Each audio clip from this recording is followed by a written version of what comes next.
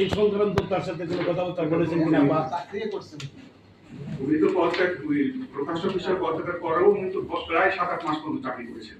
এরপর কিন্তু উনি কিছু করেন না আমাদের থেকে, এই ধরনের প্রেশার দেওয়া হয়েছে আমাদের। উনি বলতেছেন যে আমাকে জোর করে করা হয়েছে, তখন বলার কোনো ছিল না, যার ফলে তো উনি পত্রিকায় এই ধরনের বিবৃতি দিয়ে থাকেন। আর জনাব সাইদ হোসেন সাইদ চৌধুরীর বিষয়ে তো আরো কিছু অভিযোগ আছে। সেখানে তার বিরুদ্ধে সে জুলাই আন্দোলনে তার বিরুদ্ধে হত্যা মামলা আছে এক, তার বিরুদ্ধে জায়গার দিনে পুলিশ, নারায়ণগঞ্জের পুলিশ অভিযান চালাইছে তাকে ধরার জন্য, এবং তার বিরুদ্ধে ওয়ান ব্যাংকের সাবেক চেয়ারম্যান হিসেবে উনি যখন ছিলেন তখন তার বিরুদ্ধে অনেক টাকার মানে ছিল আত্মসাৎ মামলা ছিল, সেখানে অর্থঋণ আদালতে তার বিরুদ্ধে মামলা হয়েছে, এবং সেই মামলার প্রেক্ষিতে তাকে দেশ থেকে এবং তার ওয়াইফের বিরুদ্ধে দেশ থেকে নিষেধাজ্ঞা আছে। এটা কি আপনারা কি বলবেন? তাহলে পত্রিকায় তো প্রসঙ্গ রিপোর্ট হয়েছে, আর ব্যাংকের যে বিষয়টা বলেছেন, ব্যাংকের বিষয়টা আমরা আইনিভাবে সেটা করেন। আর হত্যা মামলাটা সম্পর্কে কি বলবেন জুলাই আন্দোলনের ব্যাপারে? এবং অর্থায়ন করার যে অভিযোগ রয়েছে, এটা সম্পূর্ণ মিথ্যা। মানে আপনারা জানেন যে অনেক মিথ্যা মামলা দায়ের হয়েছে অনেকের বিরুদ্ধে। তাহলে মিথ্যা তো কখনো হয় না না, এখানে ওনার ছেলে ওনার ওয়াইফ তিনজনের স্বাক্ষর রয়েছে কয়েকটি প্রসেসের মাধ্যমে। জয়েন্ট স্টকে খবর নিয়ে দেখবেন, এটা একদিনে হয়নি, বেশ কয়েক বছরের পর। এতদিন একটা বন্দুক ঠেকায় নেওয়া যায় না। আপনারা যারা না বন্দুক থেকে নেওয়া যায় না, কিন্তু দেশের বন্দুক থেকে গত 16-17 বছর নেওয়া হচ্ছে অনেক কিছু নির্বাচন মানে নির্যাতিত সবাই হয়েছে। এখনো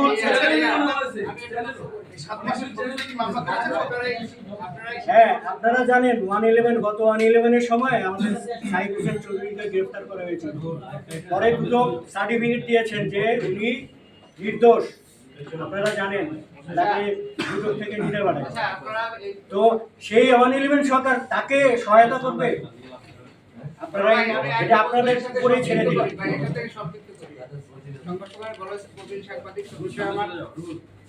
একেবারে প্রবীণ সাংবাদিক, আপনার সম্মানের সহিত বলছেন, সংবাদ সম্মানের তো উনি যদি থাকে, উনি দেশে আসার পরে যেহেতু প্রবীণ সাংবাদিক, বাংলাদেশের একজন বিশিষ্ট সাংবাদিক, আপনারা এই যে অভিযোগগুলো করেছেন এগুলা ওনার সাথে বসে আলাপ করছেন কিনা, বা ওনাকে এগুলো বলা হয়েছে কিনা, বা ওনার সাথে বসছেন কিনা? যেহেতু আপনারা আপনাদের আন্ডারে চাকরি করছেন, এটা আপনারা বলতেছেন, তাহলে ওনার সাথে কি এই বিষয়ে বসা হয়েছে কিনা যে এই বিষয়টা আপনারা তার সাথে একটা সমাধান করতে পারতেন? যেহেতু সাংবাদিক সমাজ, সবাই তো সাংবাদিক, এটার একটা সমাধানের পথ আপনারা নিয়েছেন কিনা? আরো বেশি আমরা উদ্যোগ নিয়েছি, কিন্তু মানে কোনো আগ্রহ হলো না।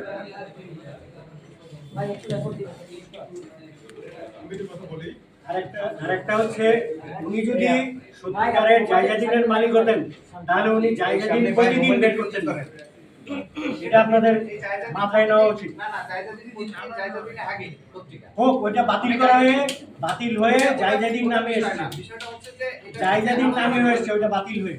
আপনাদের অন্তত একটু মানে ধারণা থাকা উচিত যে উনি ওইটা বাতিল করে তারপরে জায়গাদিন নাম দিয়ে আবার শুরু করেছেন। দ্যাট মিনস দৈনিক জায়গাদিনই ভ্যালিড, এটাই ধরে নিতে হবে। আর উনি ওনার সংখ্যা দেখেন প্রথম বর্ষ, নতুন করে কারো শুরু করবেন ওনার যদি অধিকার থাকে।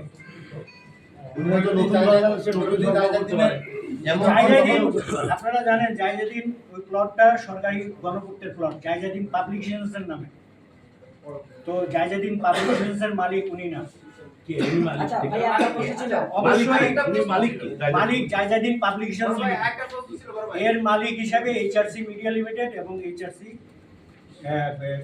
Syndicate limited. সেটা কখন থেকে মালিক? HRC Bangladesh limited. HRC Bangladesh limited সেটা কখন থেকে উনি মালিক? এটার মালিক এই ভবনের 2007 থেকে। এর আগে কি ছিল ওটা? এর আগের মালিক ছিলেন যখন জায়জাদিন ওখান থেকে বেরোচ্ছে তখন কি উনি এটার মালিক ছিলেন শফিক রেহমান সাহেব 2007 সালে? 2007 সালের হ্যাঁ প্রথম দিকে ছিল মালিক ছিলেন, ওই ভবনের মালিক উনি বিভিন্ন সিনেমা হল তৈরি করছেন। আমরা যারা সাংবাদিক, আমরা যারা ভিডিও কর্মী, আমরা সবাই জানি যে ওখানে সিনেমা হল তৈরি হয়েছে মুভি দেখানোর জন্য, ঠিক আছে? তখনকার সময়টা সে সম্পাদক ছিলেন, 2007-এ।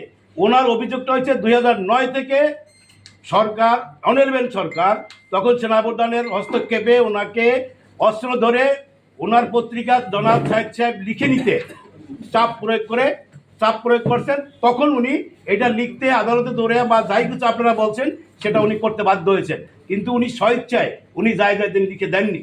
এটা হলো ওনার কথা।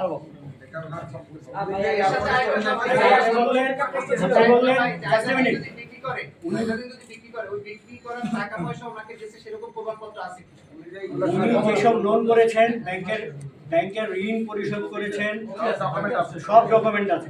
আর সবচেয়ে বড় কথা উনি বলেছেন 2009, উনি 2007 সালে এগুলো লিখে দিয়েছেন।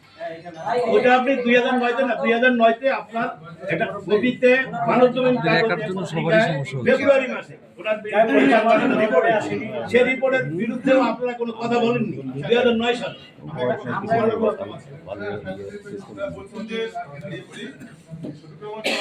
ভবন দখল করেছে, এই বিষয়ে আপনারা এখন নিউজ করেননি বা নিউজ করছেন কিনা?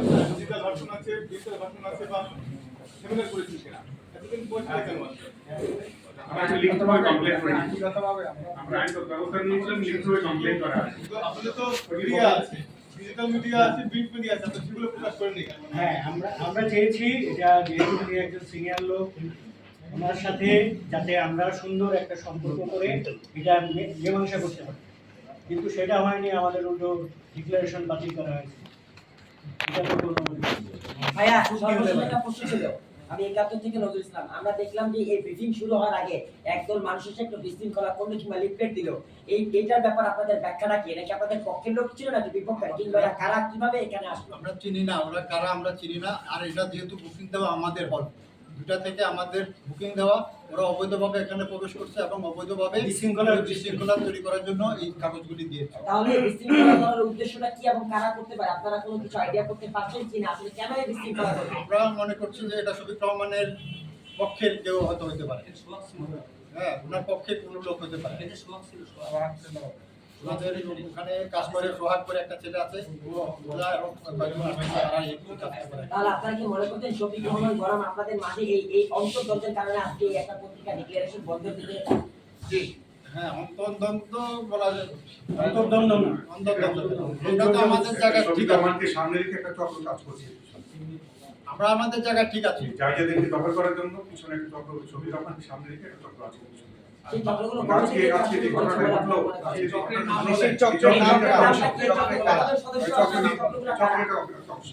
এই চক্রগুলো কারা, এখানে কতজন সদস্য বিশিষ্ট কাজ করে এবং কবে থেকে জানতে পারলেন যে এই চক্র কাজ করা শুরু করেছে? এটা আমরাই করবো। আপনার ডিটেল কথা আমরা আইনগতভাবে আগাইতে চাই। আমরা মারামারি চাই না, আমরা দখলবাজি চাই না। আমরা চাই আইনগতভাবে ন্যায় ভিত্তিকভাবে আমরা সমাধান চাই। ডিসেম্বরের 15 তারিখে উনি যখন এসছে, একজন দুজন করে প্রায় 300-350 লোক এসছে। আসার পরে আমরা কিন্তু ওখানে বাধা দিতে পারতাম, কিন্তু উনি প্রবীণ লোক, সাংবাদিক মানুষ, এবং আমরা যদি ওখানে একটু বিয়ে করতাম, বিশৃঙ্খলা করতাম, তাহলে এখানে রক্তারক্তি করতো। এই রক্তারক্তির দায়ভার কে গ্রহণ করতো? একজন একটা প্রাণহানি করতে সে দায়ভার কে বহন করতো? তার জন্য আমরা কোনো বিনা রক্তপাতে, বিনা উস্কানিতে, বিনা ইয়েতে আমরা ওখান থেকে ওনাকে ছেড়ে দিয়ে আসছি। কারণ আমাদের বৈধ কাগজপত্র আছে, সব ধরনের ডকুমেন্ট আছে। আমি মেট্রিক পাস করেছি, আমি 5 ডিভিশন পেয়েছি। 5 ডিভিশনে কি আমি নকল করে লিখলাম, না মুখস্থ করে লিখলাম, না আমি ঠিকভাবে লিখলাম, এটা কিন্তু লেখা থাকে না। এখন